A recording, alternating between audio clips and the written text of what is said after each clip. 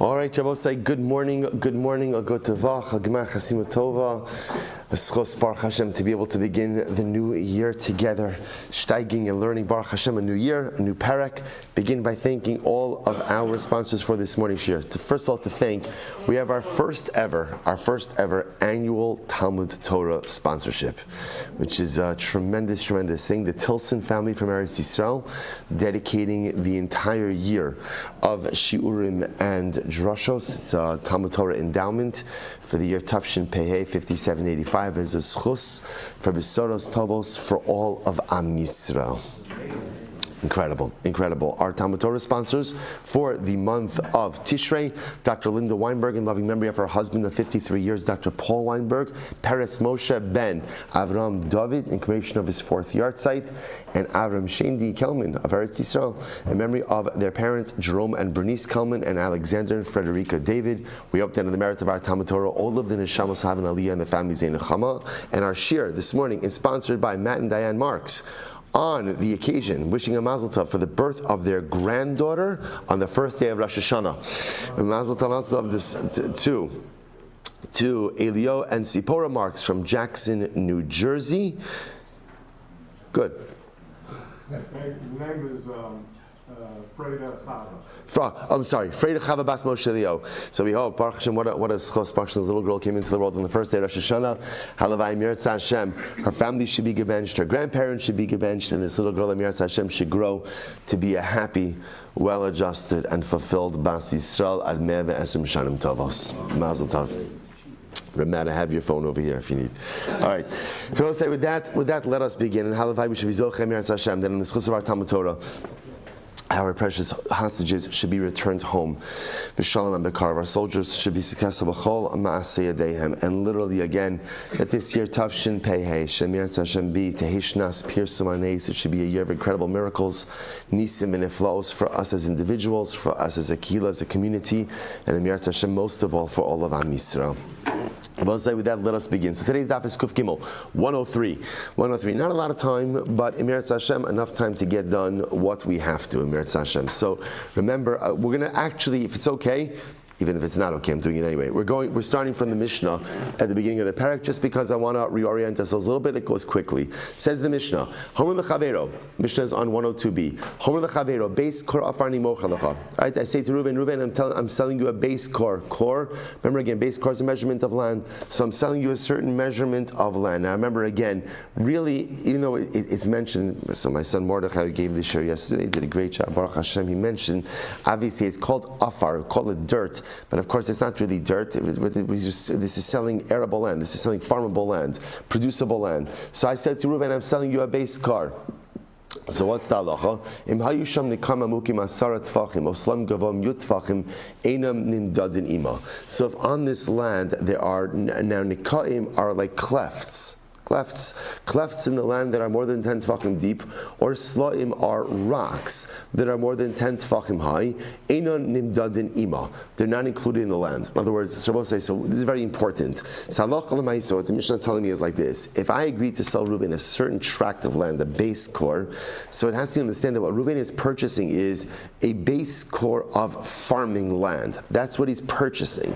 So therefore, again, if there are major disruptions in that land, what's considered to be halachic? A major disruption, a cleft that is more than 10 tefachim deep, or a stone that is more than 10 tefachim high. These are major disruptions in the land.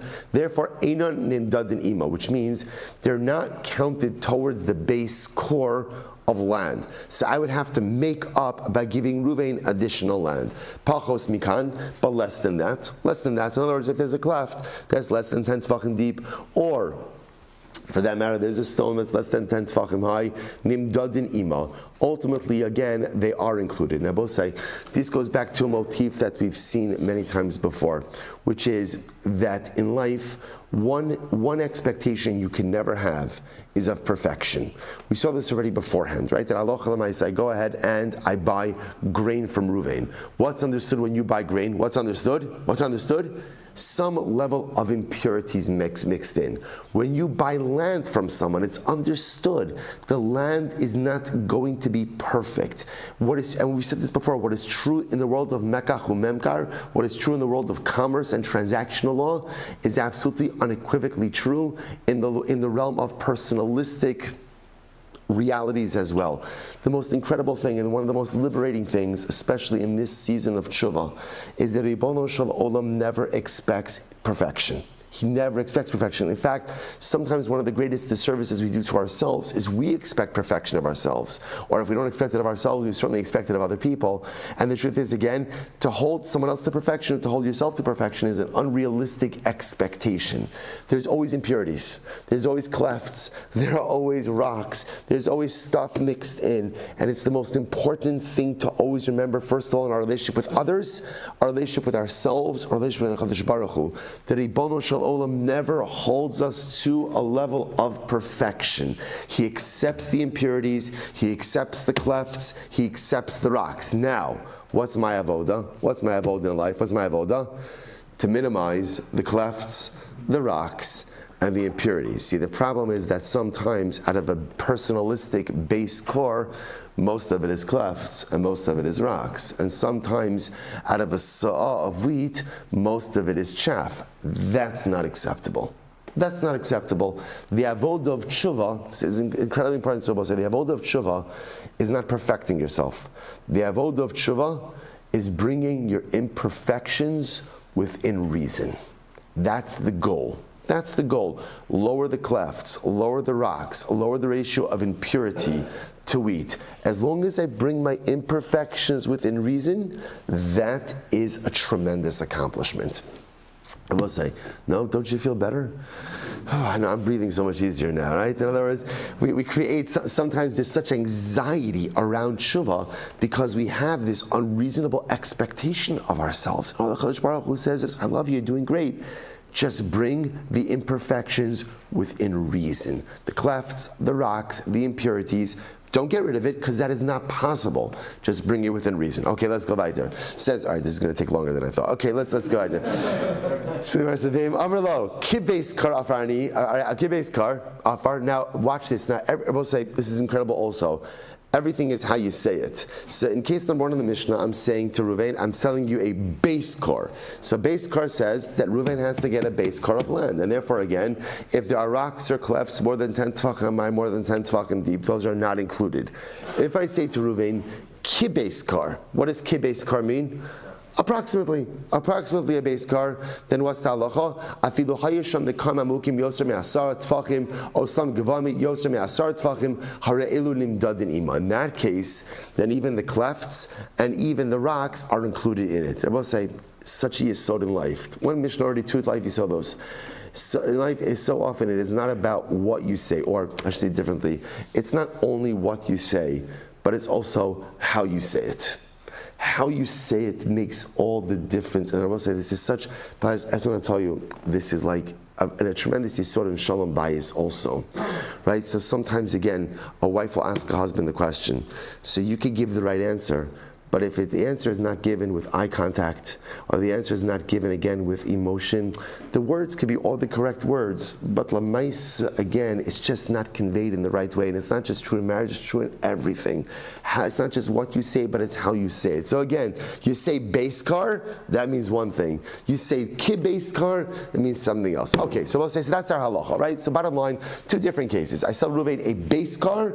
Base car means, again, Ruvain is entitled to receive a base car of land, which means that if there are clefts or if there are rocks more than 10 tefachim, those are not included in the calculation of the total area of the land. Obviously, less than 10 tefachim of height or depth are included. If I say kibbeis kar approximately, then what's the halacha? Everything's included. Everything's included. Good. Let's analyze. Tanan Hasam. Hamakdish sadeu b'shas yolos. It wasn't great. We've actually seen this before. I consecrate my field.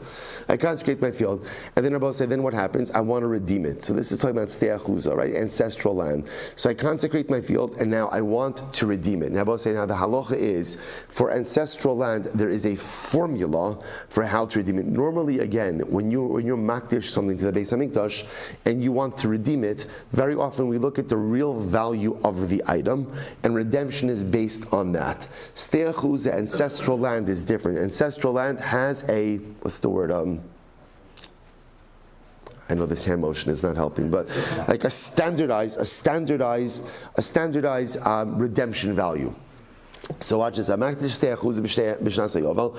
sin lo lebeis zera chomer sorim chamishim shekel kasef. So we'll say, so essentially, to make it simple, for every core, right? For every core of land, for every core, you pay 50 silver shkalim. That is the redemption ratio. 50 silver shkalim for what we call base zera chomresam, which means a piece of land that produces a core of produce. Fine. Hayusham, fine, no problem there. Hayusham the kamamukim yutfachim, oslam gevam yutfachim. So we'll say, what happens on this piece of land? Now remember, so the case over here is, I'm makdish the land, and then I want to redeem the land. So no problem, I could do it.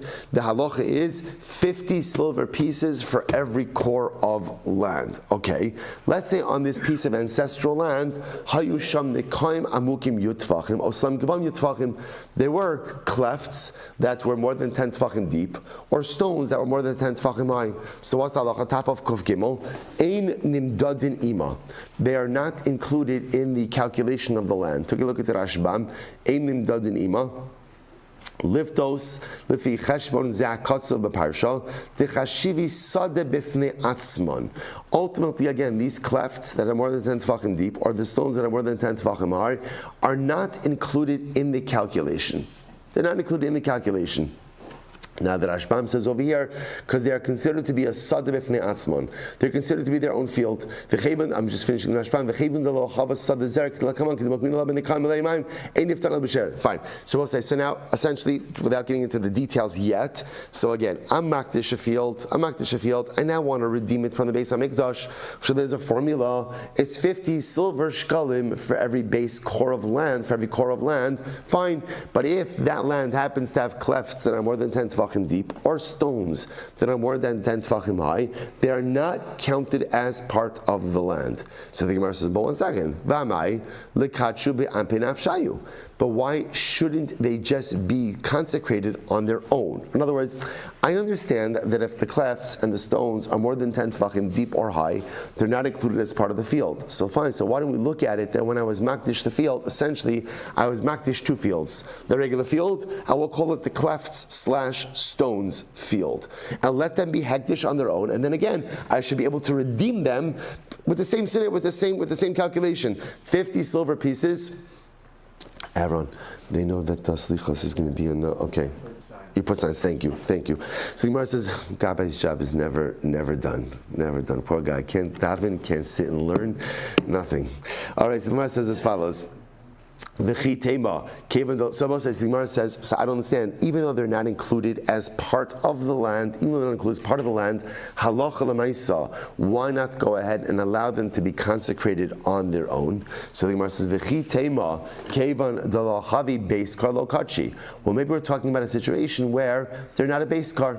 Maybe they're not a base car, so maybe because they're not a base car, ultimately again, halacha l'maisa, because they're not a base car, therefore they're not hektish. In other words, maybe the ability to be makdish something is only something that is a base car, and maybe these stones or these clefts don't have the requisite shear. But 1 second. So we'll say, so now the Gemara is making the assumption that perhaps in order to be makdish a field, it has to have a certain shear. So maybe the issue with these clefts and with these stones is that they don't have the requisite shear to become hektish. To which the Gemara says, no. Vatanya, we learned sada. The pasuk says sada. Matamulomar. Why does it say sada? Lefish ne'emar zera chomer sorim bechamishim shekel kasef. Because since the pasuk says that you redeem a base car for 50 silver pieces. So the Gemara says, "Ainli ella shehegdish be'inyan hazeh." So I only know that Allah Chalamaysa, that hegdish devolves upon a piece of land if it's a certain size. Minayin l'rabos lesech. v'chatzi lasech sa'a tarkov v'chatzi tarkov. How do I know that in reality one could be makdish even a field that is much smaller? Talmud lomar sada mikol makom. Therefore, the pasuk says sada. Now, I'll say the word sada teaches me that you could be makdish a field of any size, So, if that's the case, then halacha lamaisa, we should say that what? If you can be makdish a field of any size, then even if you want to say that the clefts and the stones are not included in the hektish of the primary field, they should nevertheless be secondarily mukdash on their own. I'll say, by the way, a tremendous Musar Haskell in this as well, bless you, which is that I would have thought that perhaps hektish only devolves upon something of a certain size. Kamash malon, hektish devolves upon anything. I'll say what's true for land is certainly true for people. Sometimes I think that the Rebbano Shel Olam could only rest on someone or something that has achieved a certain level, right? That has a certain level of accomplishment, a certain level of growth. Kamash Malon, the Shechina could be shora on anything. Just like hektish could devolve upon any land of any size, so too again Kedusha could devolve upon a person no matter where they are holding in life. Amrav Okva Rachama. So we'll say, so what's the case? We're trying to figure out, so if that's the case, so why is it then that the clefts and the stones are not included in the hektish of the field? In other words, and even if you want to say the clefts and the stones are not part of the primary field, let them be consecrated as their own entity. What's the case over here?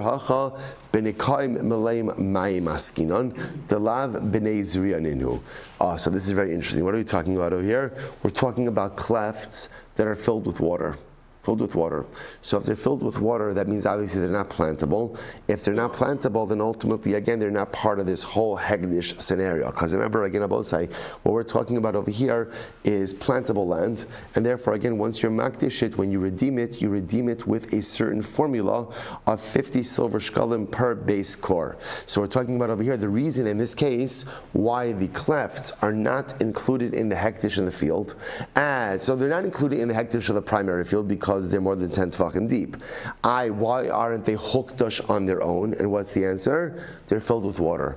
And because they're filled with water, they're not plantable. Because they're not plantable, therefore again, the hektish does not devolve upon them. Incredible. Okay, this makes a lot of sense because look at what else was said. The Gemara says, "Dumya dislaim." Ultimately, again, we equate the clefts with the stones. So we'll say, just like stones are an unplantable area, so to the clefts in question are also an unplantable area. Why? Not that clefts themselves are inherently unplantable. You could plant clefts. So what's the issue over here? The issue over here is it's filled with water. So the Gemara says, "Shmamina, ihachi afilu pachos mikan." If that's the case, that they're filled with water, so I understand even less than that amount. Right, look at the Rashbam for just a moment. The Rashbam in the last two of the shortest of the intermediate lines. If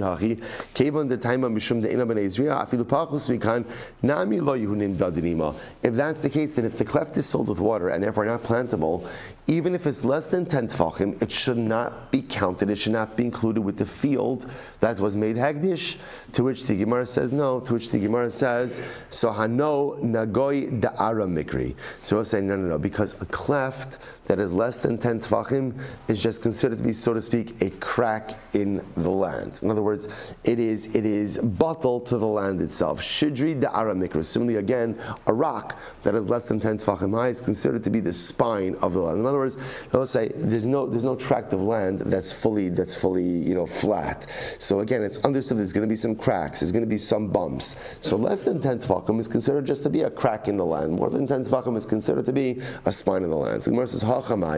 What about in our case? So both says, coming back. So now, both says, just interestingly enough, just to kind of frame the hektish case. So first of all, if you're makdish land, we know that there is a formula for redemption. Your makdish ancestral land, the formula for redemption is 50 silver pieces per base core. What happens if there are clefts, or what happens if halacha l'maisa again?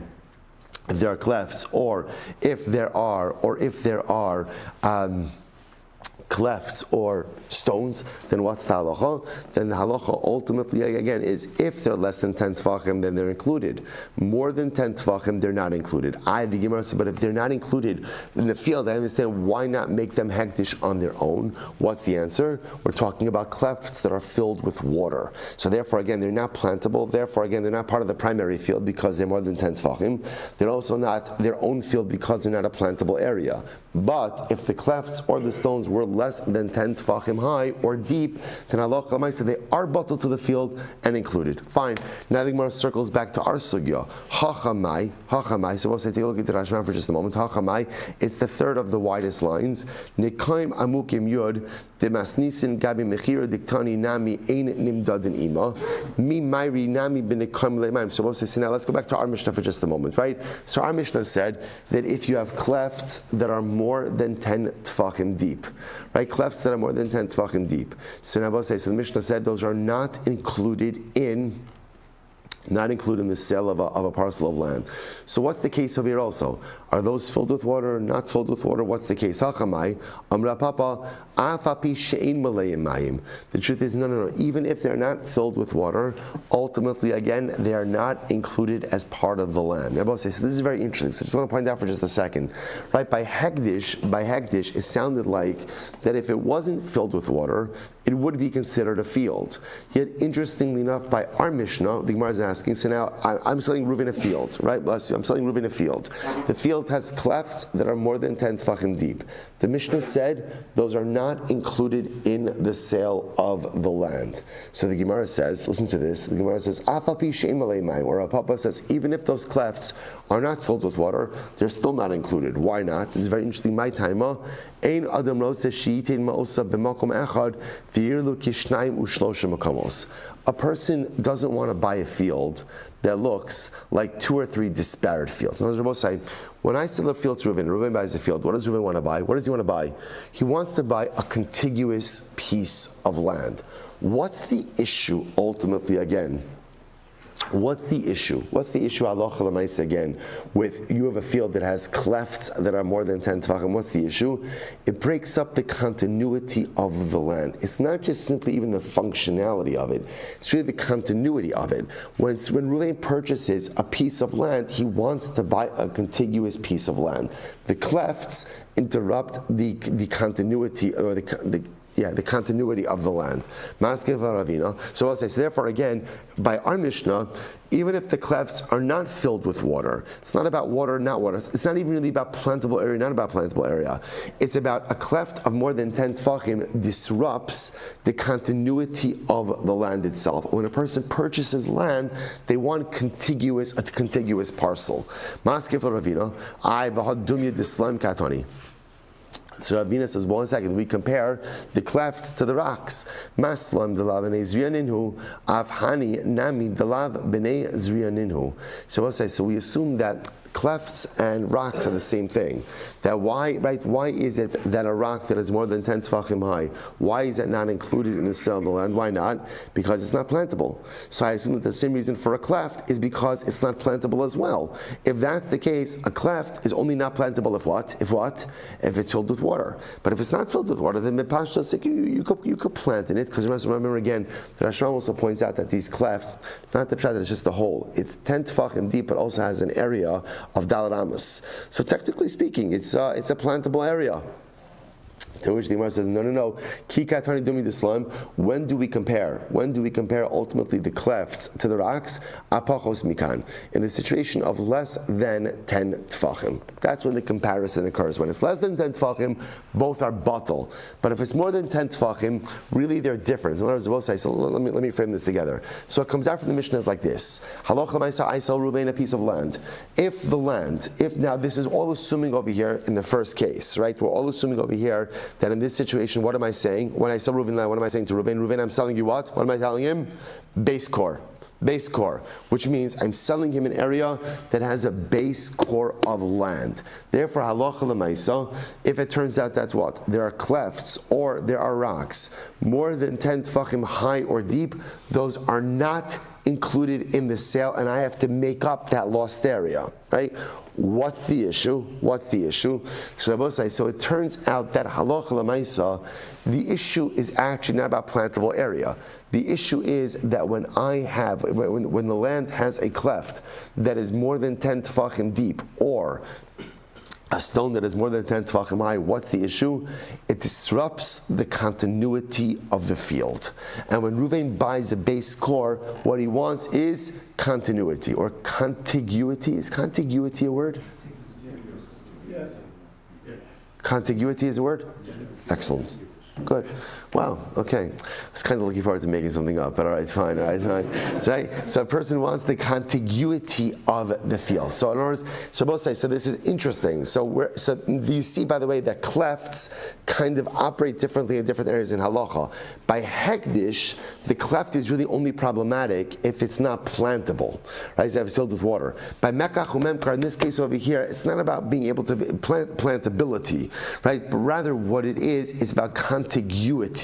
So halacha l'maisa, it turns out that the reason why if the cleft or the rock is more than 10 tefachim deep or 10 tefachim that is not included is because when a person buys a field, he wants a contiguous parcel.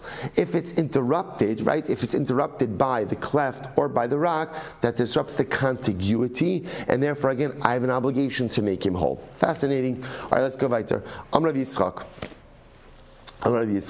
So we'll say, so remember, Amar Yitzchak, Trashim Sha'amru. So we'll say when we speak about rocks, right? Trashim are rocks. When we speak about rocks in a field, so we'll say, so now remember again, the Mishnah said, interestingly enough, say if you have rocks that are less than 10 tefachim high, right? Then halacha l'maisa, they're just included in the cell of the field. In other words, I don't have to make up for that lost area because it's understood that it's interesting. We'll say as much as people want geographic contiguity, but halacha l'maisa, it's understood that you're always going to have some level of disruption.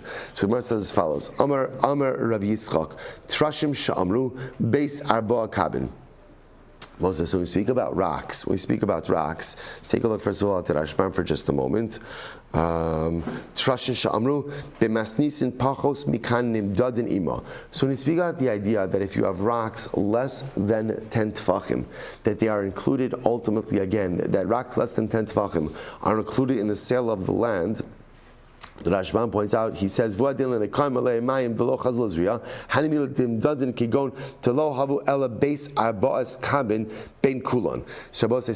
comes along and says, you're right, when you have rocks that are less than 10 tefachim high, they are included in the sale of the land. Where we don't consider that to disrupt contiguity. However, that is all assuming that it takes up less than 4 kav of the land, which is approximately 1/45 of a core.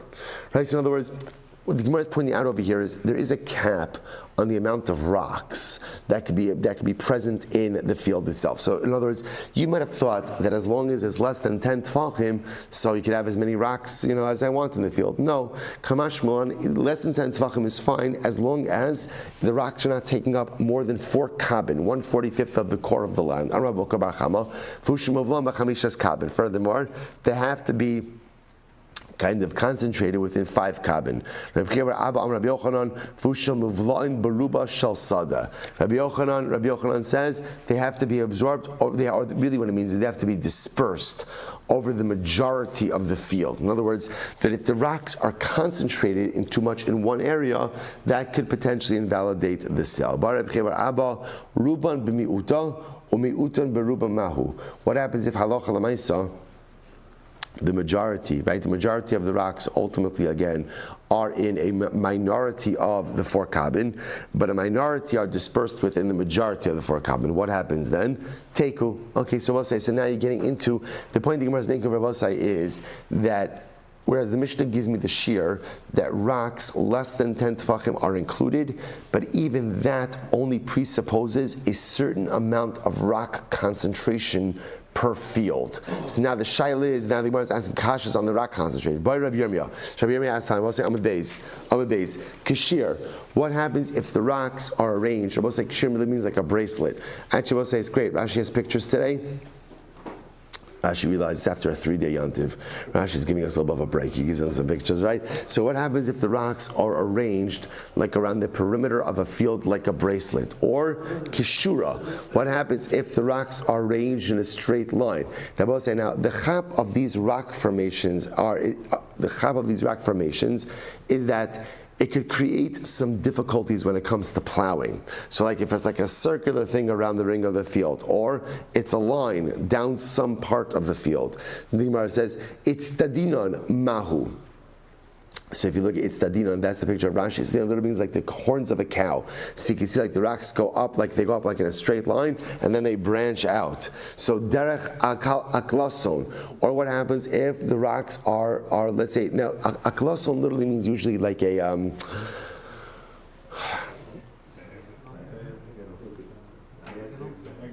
yeah, here it's a zigzag. So usually what do you call that? Diagonal, thank you, a diagonal. Right? Normally aklosa means a diagonal. In this case it happens to be over here like a zigzag. Mahu. So again, in all of these cases, so the point that the Gemara is making is you have cases where the rocks may be less than 10 tefachim, and also the shear of the rocks. In other words, it's not too many rocks within the field, but they're arranged in these ways that clearly compromise the usability or the plowability of the field. So what's the halach in all of these cases? Gemara says, teku. Okay. Tana. Right? Ultimately, again, this is very interesting. What happens if you had one rock, but afilu kolshu einim danima? Now the chap of this rock over here. Now we're transitioning to a little bit of a different topic. What happens if there's a rock, but the rock is situated by the edge of the field? Right, by the border of the field. So now watch this. The Gemara says, even if there is one rock, afilu kolshu, even if it's a very small rock, ein nimdad ima.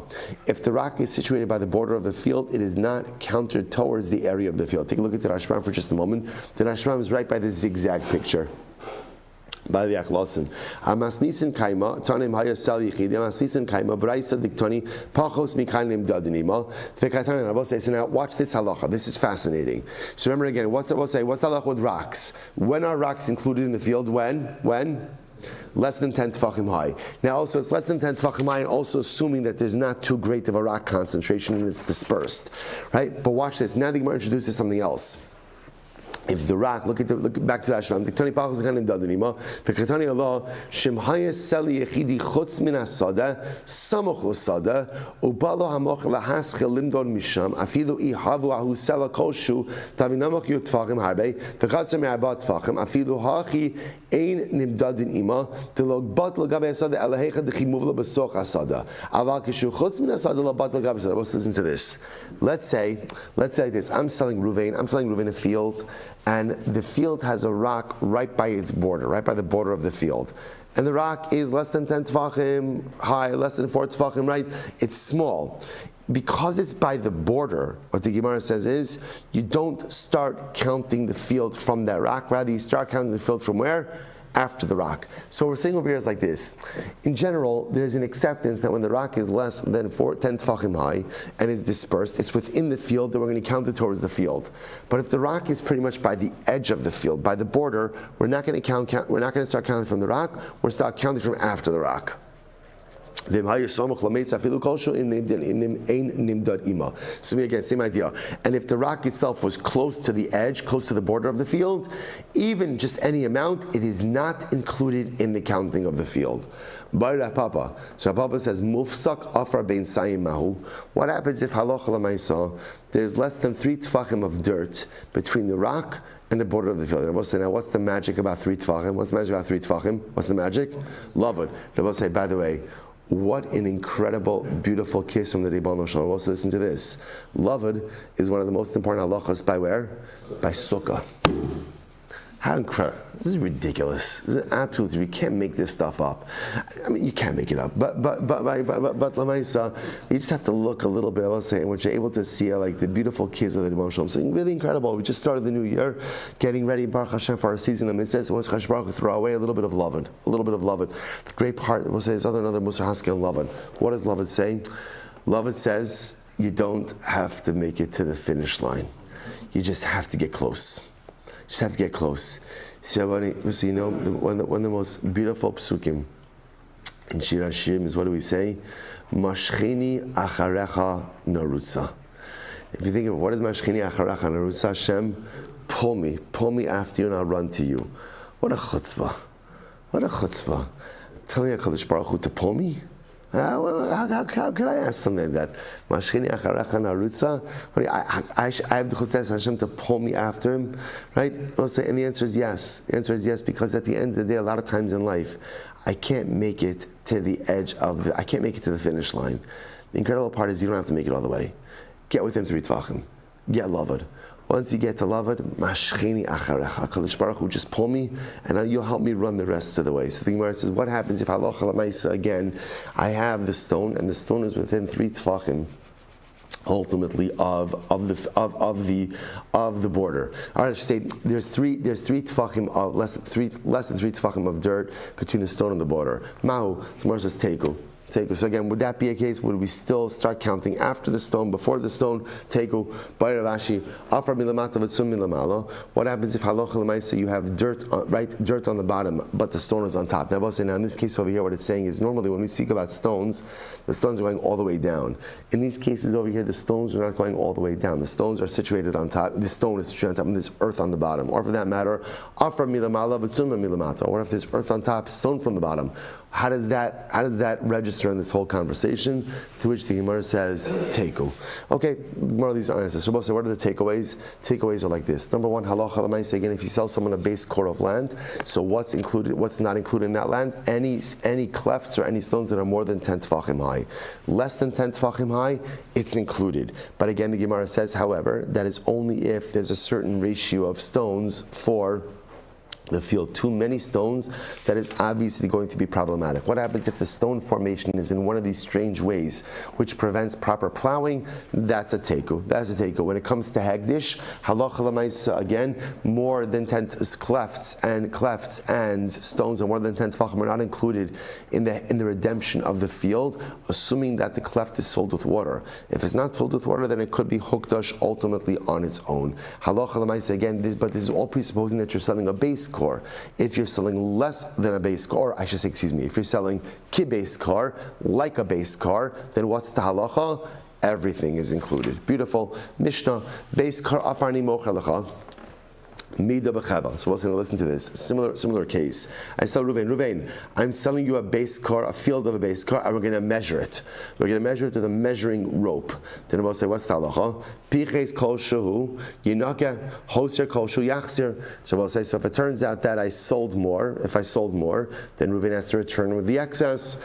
And if I undersold, then I have to give him back whatever's missing. In other words, we'll say, so same idea. In this case, what I'm saying is, the ikr to focus on over here is I'm selling you a base car, and we're going to measure it with a rope. When you make that, that was a measuring rope. When you make that kind of statement, what I'm saying is I'm selling you an exact amount. Therefore, if I end up giving Ruvain more than a base car, he's got to give it back to me. If I give less than a base car, I have to make up the difference. Hoser kosher yakser, good. Vim amar hein chaser hein yaser. So now listen to this. Let's say I sell Ruvain a base car, and I say, Ruvain, I'm selling you a base car pretty much, a little more, a little less. In other words, yeah, I'm selling you approximately a base car. Then Abba said, then what's the halacha? That's the lashon. I say, Ruvain, I'm selling you a base car, hein chaser hein yaser. A little bit more, a little bit less, or a little bit less, a little bit more. Then what's the halacha? Afilu piches rova l'sa'a, or hoser rova l'sa'a higiu. Then I will say in that case, halacha l'maisa, even if I sold them a little bit less, literally one quarter kav per sa'a. Right? Even if I sold them less, we'll get into this measurement, 1 quarter kav per sa'a, or I added on a little bit more, 1 quarter kav per sa'a. Then what's the halacha? So the Gemara says, higiu. Then that works. Yoser mikan. Now what the Mishnah is introducing to us is the following.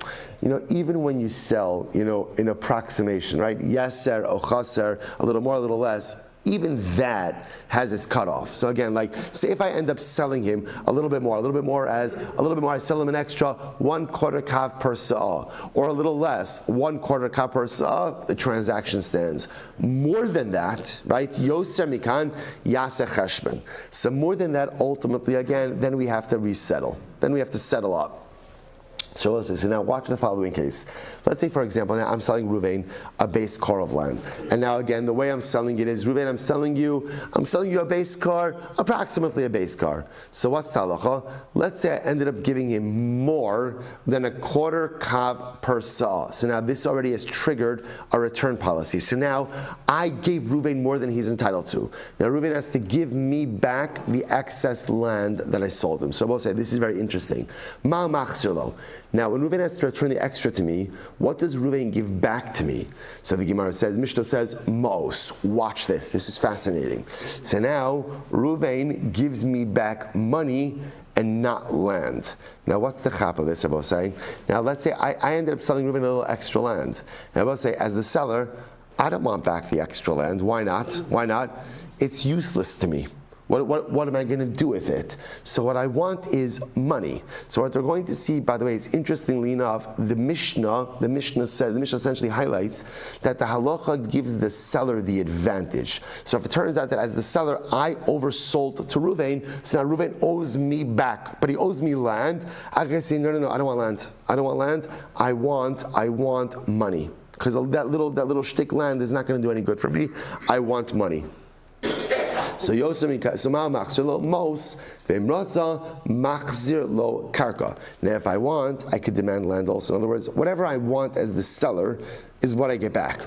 So if I want money, I get money. I want land, I want land. So we'll say, so why is it that Chazal said that ultimately I, the seller, get land? Why do I get land? Why do I get money? To give me the advantage. So in other words, so now we'll see, by the way, why halacha gives the seller the advantage in this case. We'll have to see that. But the Gemara says, halacha l'maisa, the seller gets the advantage. Shimshir besada beis tisha kabin, ubegina beis chatzi kav, ukediv Rabbi Akiva beis rova. So I'll say, so again, because we'll see, for example, in situations where let's say I oversold and let's say I'm owed a significant piece of land, in those cases I'd want to take the land. The Mishnah, again, we'll see in the Gemara what the Mishnah is talking about over here. But for example, again, in a sadeh, if let's say, again, I'm owed tisha kabin, or in a garden, I'm owed a chatzi kav, or according to Rabbi Akiva, ultimately again, a rova kav, base rova. So in these cases, as the seller, I'd want back land. Why would I want back land? Why? Because these are significant parcels. So when the land is significant, then I, as the seller, want the land. The Mishnah ends off by saying, so both say, the idea of the Mishnah over here is that as the seller, when I oversold and I'm entitled to get something back, I, as the seller, have the right to decide, do I want back land or do I want back money? Whatever is more advantageous to me is what I get to choose. The Gemara says, furthermore, so we're going to talk about this, Rabosai, that interestingly enough, we see that in cases of sales, there's always an understanding, we saw this before, I will say, that there's always an understanding that you may be overcharged or undercharged, you may give a little more, a little bit less. Now, normally, again, that there's a certain level of acceptance that goes on transactionally. What we're going to see is that halacha l'maisa, in a situation where, let's say, I oversold to the point where now I'm owed something, ultimately, again, all of the excess gets returned. You know, the good example of this, I will say, is like by ona, right? By ona, what's the halacha? Under a sixth, right? Under a sixth is forgiven. But interestingly enough, like once you get to over a sixth or even a sixth, then the whole amount is returned. So we're going to see that in these transactions, as much as there's a certain amount of transactional forgiveness, once you cross the threshold of transactional forgiveness, then ultimately the entire sum has to be returned. We'll see exactly how that works in the next sugya, but the ikr takeaway, so the two primary takeaways. Number one takeaway is, if I say to Reuben, I'm selling you a base car and we're going to measure it, then ultimately again it has to be a base car. there's no room for any less or any more. If I tell him approximately a base car, then there is room for a little less or a little bit more, but even that has a shear. The shear is a quarter of a kav per sa'ah. What happens if I ended up overselling Ruvain too much or underselling him too little? Then what's the halacha? The halacha is, as the seller, I am permitted, I am made whole. How am I made whole? I have a choice. I choose either money or land, whatever best suits my needs. Rabosai, shkoyach. We'll stop over here for today. Incredible start to the week.